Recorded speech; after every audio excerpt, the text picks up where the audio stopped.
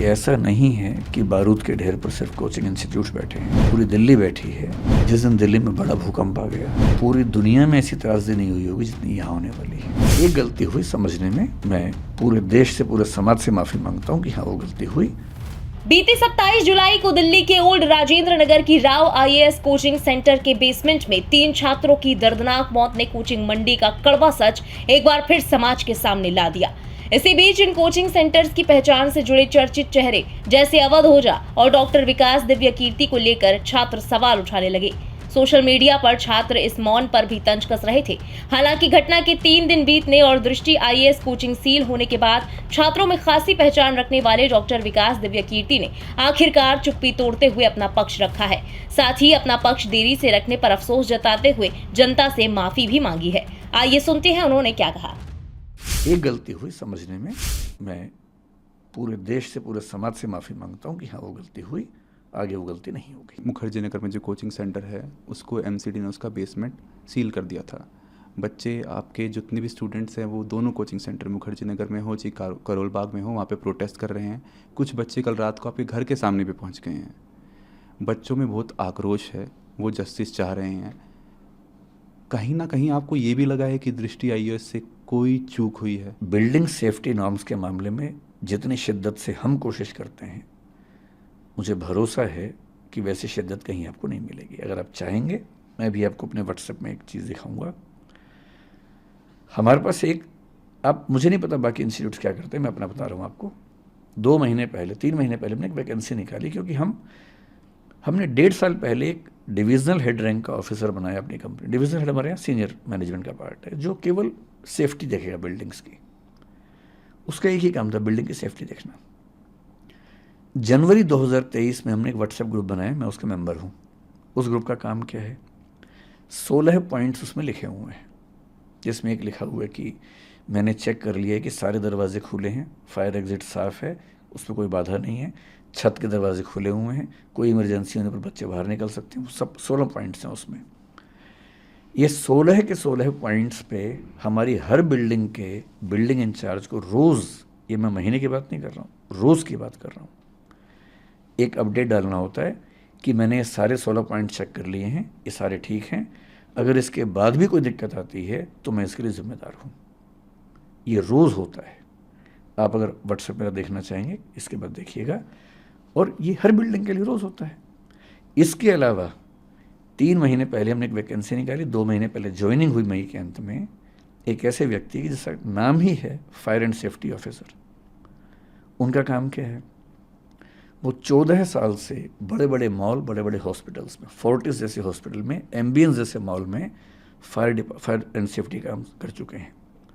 वो दृष्टि के पेरोल पे हैं। उनका एक ही काम है कि सारी बिल्डिंग्स का ऑडिट करना और जहाँ ज़रा भी दिक्कत है सेफ्टी के मामले में, उसको ठीक करना।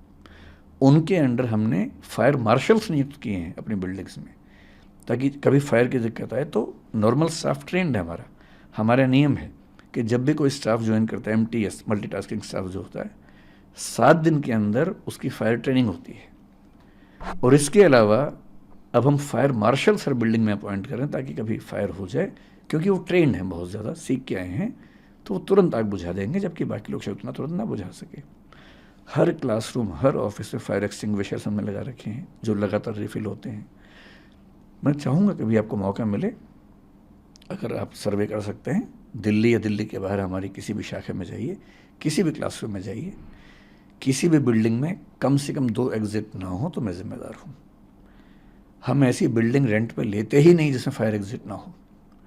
कई बिल्डिंग्स में आप देखेंगे लोहे का बहुत बड़ा फायर एग्जिट बना हुआ, चाहे करोल बाग में देखें, चाहे जयपुर में देखें, चाहे इलाहाबाद में देखिए। वो हमारी शर्त होती है। इंदौर में हमें 1.5 साल एक्स्ट्रा लग गया, केवल इसलिए कि एक भी बिल्डिंग ऐसी नहीं मिल रही थी जहाँ 2 एग्जिट हों। हमने एक लैंडलॉर्ड से बात करके उसकी ज़मीन पे, प्लॉट पे बिल्डिंग बनवाई 2 फायर एग्जिट वाली, और वहाँ काम शुरू किया। 2 साल लेट काम शुरू किया, सिर्फ इसलिए कि किसी भी स्थिति में किसी बच्चे या स्टाफ की ज़िंदगी से समझौता ना हो। हमारी नीयत ऐसी ही है। एक गलती हुई समझने में, मैं पूरे देश से, पूरे समाज से माफ़ी मांगता हूँ कि हाँ, वो गलती हुई, आगे वो गलती नहीं होगी। फायर एनओसी की बात कर रहे थे, हम बात कर रहे थे कि फ्लडिंग भी हो सकती है, फायर एनओसी भी लेने चाहिए, लेकिन अर्थक्वेक का क्या? एकदम आ सकता है। और अर्थक्वेक आया तो 2, 3, 4 नहीं 400-500 जाने जा सकते आज ही एलजी की मीटिंग के बाद एक वरिष्ठ सिविल सेवक वहीं, उनसे मेरी बात चल रही थी, दिल्ली में ही काम करते हैं, बहुत सीनियर सिविल सर्वेंट हैं।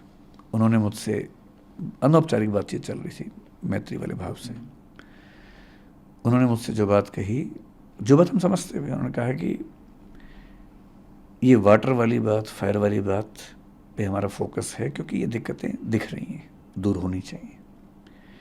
लेकिन जिस दिन दिल्ली में बड़ा भूकंप आ गया, उन्होंने कहा कि पूरी दुनिया में ऐसी त्रासदी नहीं हुई होगी जितनी यहाँ होने वाली है। और मैं फिर आपसे एक बात कह रहा हूँ, अभी कोचिंग इंस्टीट्यूट्स घेरे में हैं तो बात चल रही है। मैं आपको कुछ और बातें बताता हूँ, उन पर भी फोकस कर लीजिए थोड़ा सा। दिल्ली में ऐसे हज़ारों रेस्टोरेंट्स होंगे जिनमें जाने का एक रास्ता है, जहाँ खूब खाना पीना भी है, ड्रिंक्स भी हैं, अल्कोहल तो बहुत जल्दी आग पकड़ता है। एक रास्ता है।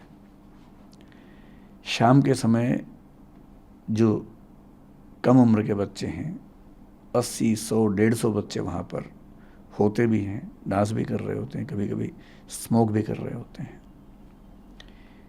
एक चिंगारी कभी लग गई तो क्या होगा, आपको अंदाजा है इस चीज़ का? इसके अलावा दिल्ली में पिछले 3 या 4 बड़े फायर इंसिडेंट्स को ध्यान से याद कीजिए। कोचिंग इंस्टीट्यूट में एक हुआ जिसमें किसी की मृत्यु नहीं हुई थी पिछले साल। उसके पहले नरेला में एक इंसिडेंट हुआ, नरेला में हुआ या मतलब उपहार सिनेमा भी हुआ। उपहार तो बहुत पहले की बात हो गई। उसके बाद पिछले 4 साल में, 5 साल में 2 इंसिडेंट्स हुए जिनमें करीब 30, 40 से ज़्यादा व्यक्तियों की जान गई। पर क्योंकि वो मजदूर थे इसलिए उनकी बात बहुत ज़्यादा उठी नहीं, किसी ने की नहीं उनकी बात, क्योंकि वो एक ऐसी बिल्डिंग में सो रहे थे, एक ही रास्ता था और नीचे से आग लग गई। जो अभी हाल ही में भारत के बाहर भी एक घटना घटी, बहुत से भारतीयों की जान गई जिसमें। अर्थक्वेक बहुत बड़ी त्रासदी होगा। फायर, फ्लड से ज़्यादा फायर की चिंता हमें आमतौर पर लगती है क्योंकि फायर दिल्ली में होने का खतरा ज़्यादा होता है।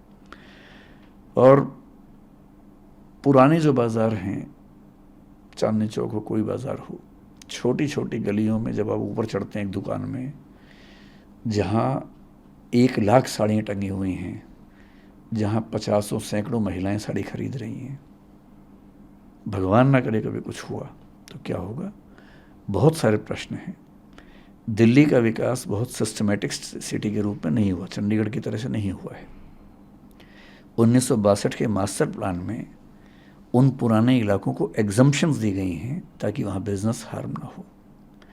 एग्जम्पशन तो ठीक है, बिजनेस इंटरेस्ट में है, लेकिन जब आग लगती है तो वो एग्जम्पशन नहीं देती है।